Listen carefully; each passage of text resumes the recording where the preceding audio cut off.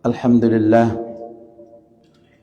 alhamdulillahi rabbil alamin, wa bihi nasta'inu ala umuri dunya wad din, wa asyhadu an la ilaha illallah wahdahu la syarika lah, wa asyhadu anna Muhammadan abduhu wa rasuluh, sallallahu alaihi wa ala alihi wa ashabihi wa man tabi'a hudahu bi ihsanin ila yaumiddin, amma ba'du.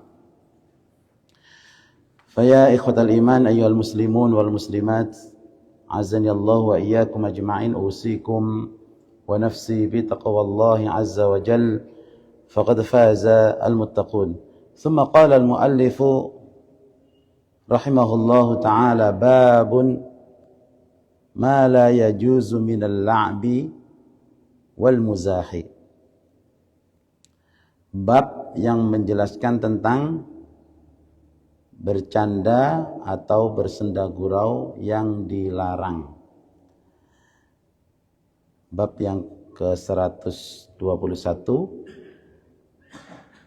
hadis yang ke-241.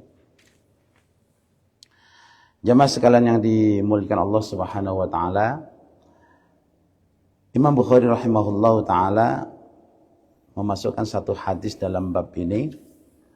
Kita baca. قال الإمام البخاري رحمه الله تعالى: حدثنا عاصم ابن علي قال حدثنا ابن أبي ذئب عن عبد الله بن السائب عن أبيه عن جده قال: سمعت رسول الله صلى الله عليه وسلم يعني يقول. Telah menceritakan kepada kami guru kami Asim ibni Ali. Haddatsana Ibnu Abi Dhi'ab, guru kami, dari Abdullah bin Sa'ib, dari ayahnya, dari kakeknya, beliau berkata, aku pernah mendengar Rasulullah sallallahu alaihi wasallam yakni yaqul, maksudnya beliau bersabda, la ya'khudhu ahadukum mata'a sahibihi la'iban wala jadan. Janganlah seorang di antara kalian mengambil barang sahabatnya, baik itu main-main apalagi sungguh-sungguh. Fa idza akhadha ahadukum 'asa sahibihi falyaruddaha ilaihi. Maka bila salah seorang di antara kalian sudah terlanjur mengambil, kalau di sini dicontohkan asa, tongkat sahabatnya, maka hendaklah dia segera mengembalikan tongkat tersebut kepada sahabatnya. Jamaah sekalian yang dimuliakan Allah Subhanahu wa taala, memang di dalam kehidupan itu ya kita boleh bermain, bersenda gurau. Hanya saja hal tersebut ada yang boleh, ada yang tidak. Gitu ya. Yang disebutkan dalam hadis ini, sabda Nabi ini adalah standar bahwasanya senda gurau yang dilarang, main-main yang dilarang. Ya. Ini kan termasuk kehidupan sehari-hari, termasuk muamalah. Pada dasarnya semua hukum muamalah itu boleh dikerjakan. Maka ada kaidah al-aslu fil asya'i al-ibahah illa ma dallat dalil ala tarkihi. Hukum asal dalam muamalat itu semuanya boleh, kecuali kalau ada dalil yang melarangnya. Nah, bermain, bersenda gurau termasuk muamalah di antara kita, ya. Maka ada yang diperbolehkan, ada yang dilarang. Selama tidak dilarang, maka boleh. Tapi kalau ada larangan, maka tidak diperbolehkan. Itu sifat muamalah seperti itu.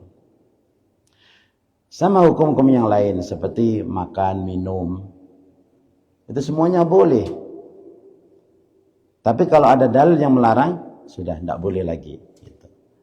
Saya berikan contoh tentang ya sebelum diharamkannya khamr. Sebelum diharamkannya arak.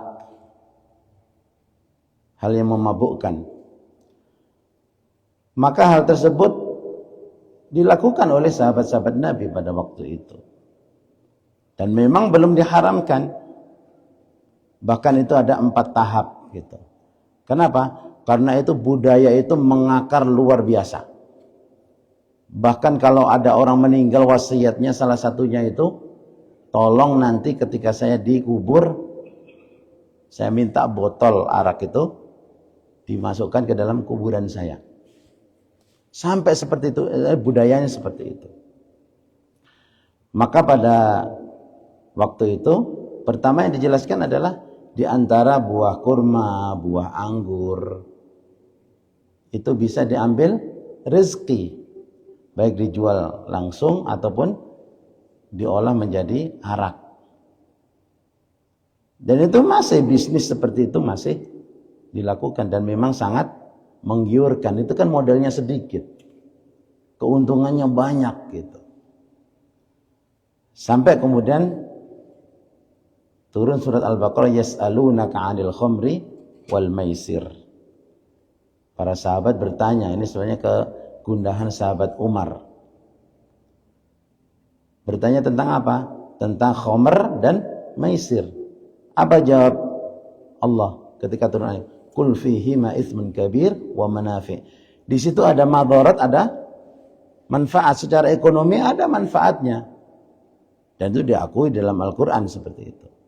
Hanya saja diberikan pemahaman yang lebih mendalam bahwasanya wa itsmuhuma akbaru min naf'ima. Hanya saja madaratnya itu lebih besar. Maka berfikirlah gitu. Dan itu belum diharamkan, bahkan sampai ketika turun ayat ya ayyuhalladzina amanu la taqrabus sholata wa antum sukara. Wahai orang-orang yang beriman, jangan kamu mendekati waktu sholat kamu dalam keadaan mabuk. Hanya ketika mendekati waktu sholat saja dilarang untuk minum-minuman yang memabukkan. Maka para sahabat pun masih ngitung mana ini waktu yang panjang. Antara Isya dan subuh itulah panjang gitu kan. Tapi orang yang mabuk itu nggak bisa memanage waktu. Akhirnya ketika sholat subuh pun bacaan kebalik-balik. Maka disitulah baru turun ayat Al-Maidah, innamal khamru wal maisir wal ansabu wal azlamu rijsum min amali syaitan fajtanibuh. Nah, ada kalimat fajtanibuh. Maka jauhilah, maka waktu itu menjadi haram 4 tahap gitu ya. Nah, ketika sudah ada hal yang mengharamkan, maka hal tersebut menjadi haram untuk selama-lamanya. Nah, termasuk dalam hadis di depan kita ini ya, bahwasanya sampai bermain dan bersenda gurau itu juga disebutkan. Kalau kemarin sampai hal-hal yang berkenaan dengan buzzer ada hadisnya juga. Nah, sekarang hadis tentang senda gurau dan bermain. Rasulullah SAW menyampaikan, janganlah salah seorang di antara kalian itu mengambil barang saudaranya.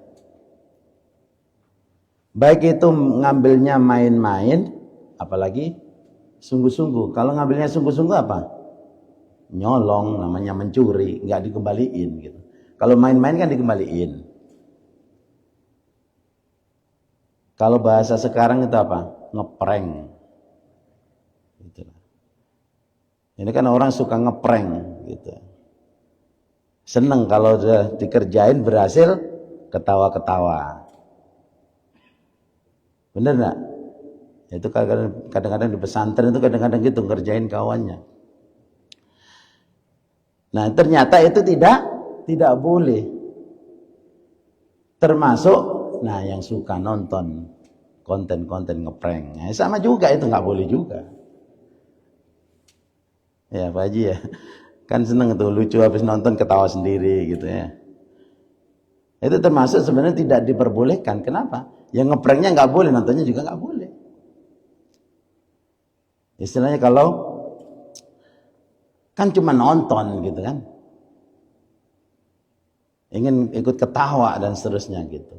Ya sama aja kalau kita ada orang bikin konten yang diharamkan, ya, konten pornografi umpamanya, boleh nggak kita nonton? Nggak boleh. Kenapa? Karena itu juga dilarang. Nah, di sini Rasulullah memberikan arahannya. Ya. Jadi kalau kita ngambil barang saudara kita, ngambil sendal keluar masjid, ambil sendal, segera kembaliin. Atau main-main dengan kawannya. Tujuannya apa? Nanti kalau sudah berhasil dia ketawa terus mohon maaf. Tidak boleh gitu ya. Maka hal seperti ini harus diperhatikan.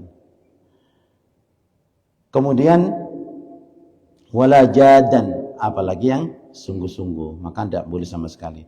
Apakah Rasulullah tidak pernah bersenda gurau? Pernah, boleh. Tapi senda gurau Rasulullah tidak pernah berbohong. Ya. Contoh, ada nenek-nenek datang kepada Rasulullah, ya Rasulullah doakan saya bisa masuk surga. Rasulullah menyampaikan, wahai nenek, wahai wanita tua itu tidak masuk surga. Ibu-ibu, nenek-nenek di belakang, ya. Ini senda gurau Nabi. Nenek-nenek tidak masuk surga. Maka dia menangis.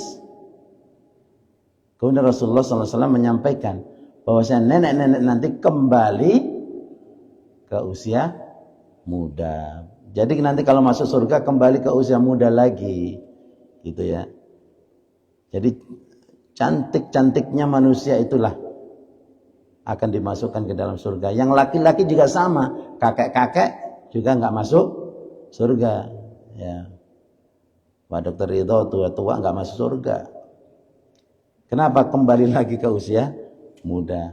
Nah, baru tersenyum nenek tersebut. Seperti itu. Ya.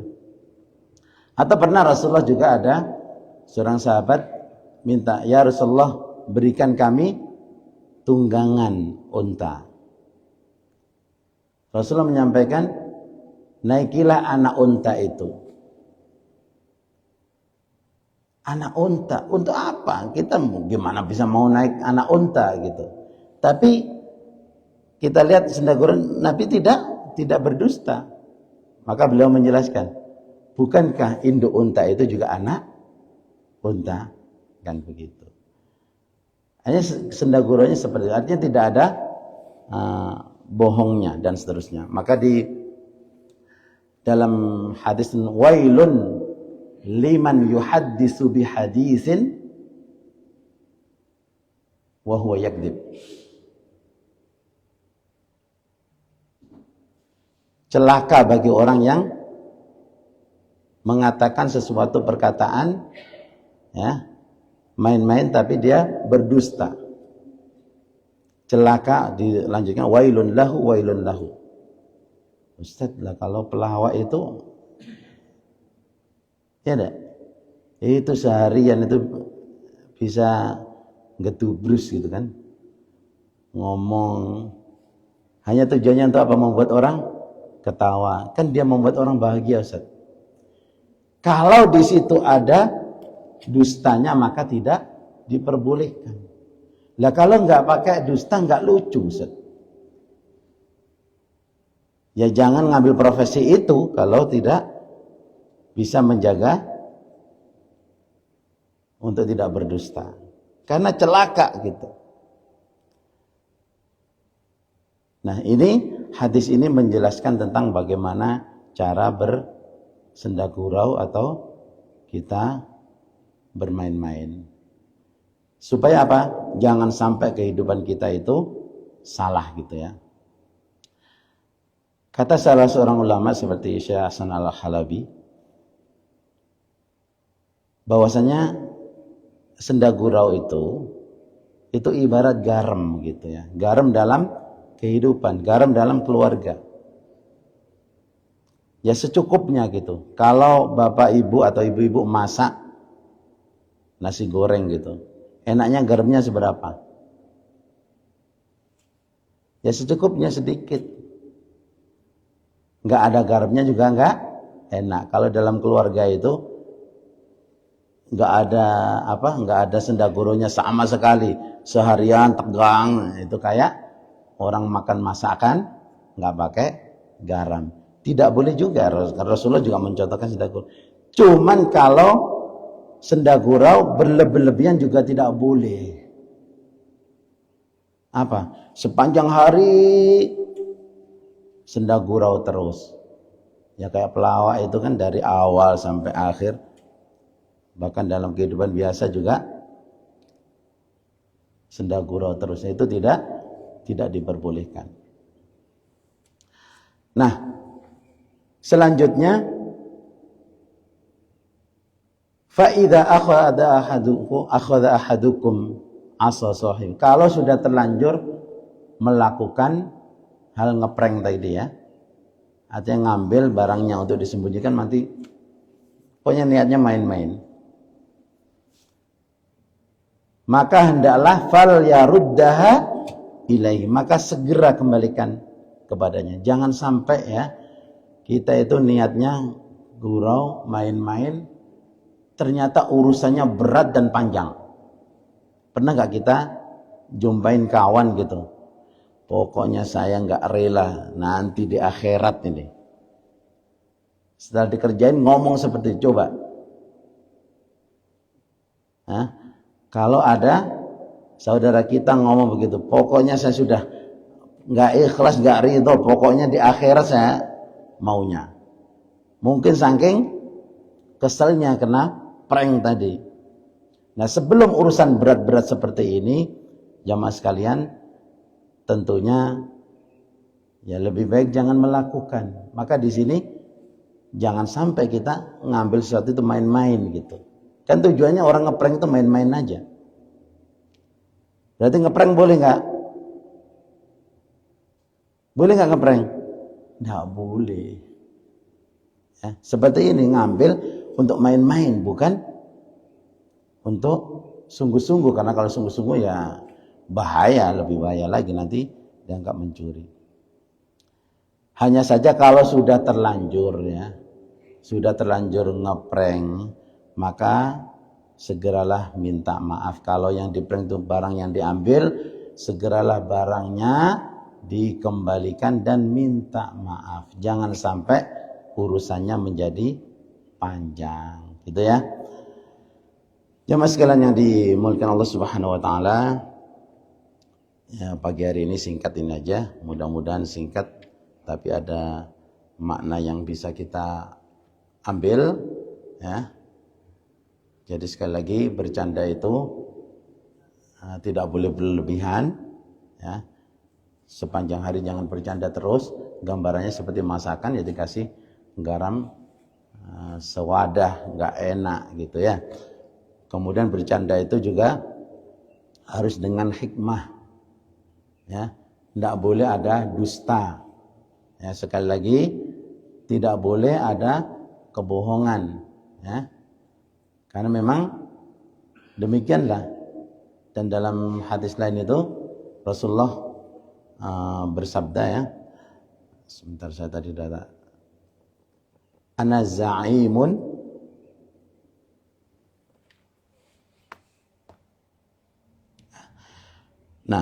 ana za'imun bi baitin fi wasatil jannah liman tarakal kadhib wa in kana mazihan. Saya menjadi jaminan ya. Jaminan apa? Jaminan bagi seseorang untuk mendapatkan wasatil jannah, surga. Siapa? Orang yang meninggalkan yakdzib, meninggalkan dusta, walaupun itu mazihan, bermain-main. Jadi sekali lagi, kalau seseorang ketika main-main tapi dia menjaga jangan sampai dusta, maka hal tersebut Rasulullah menjamin dia mendapatkan tempat di surganya Allah Subhanahu wa taala.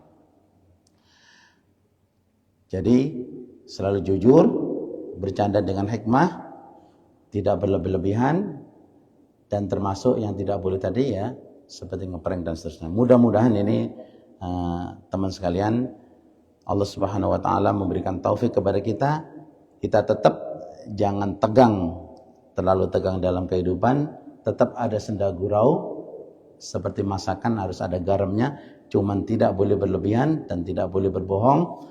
Mudah-mudahan dengan begitu kita masuk dalam hadis Nabi sallallahu alaihi wasallam tersebut, ana za'imun bi baitin fi wasatil jannah liman taraka kadiban wa in kana mazihan. Walaupun itu sekedar senda gurau, tidak ingin berdusta. Mudah-mudahan kita bisa menjaga ya, jangan sampai apa yang dilarang Nabi kita lakukan. Mungkin ini yang bisa saya sampaikan. Hadanallahu wa iyyakum ajma'in wa sallallahu ala nabiyyina Muhammadin wa ala alihi wa sahbihi wasallam. Wassalamu alaikum warahmatullahi wabarakatuh.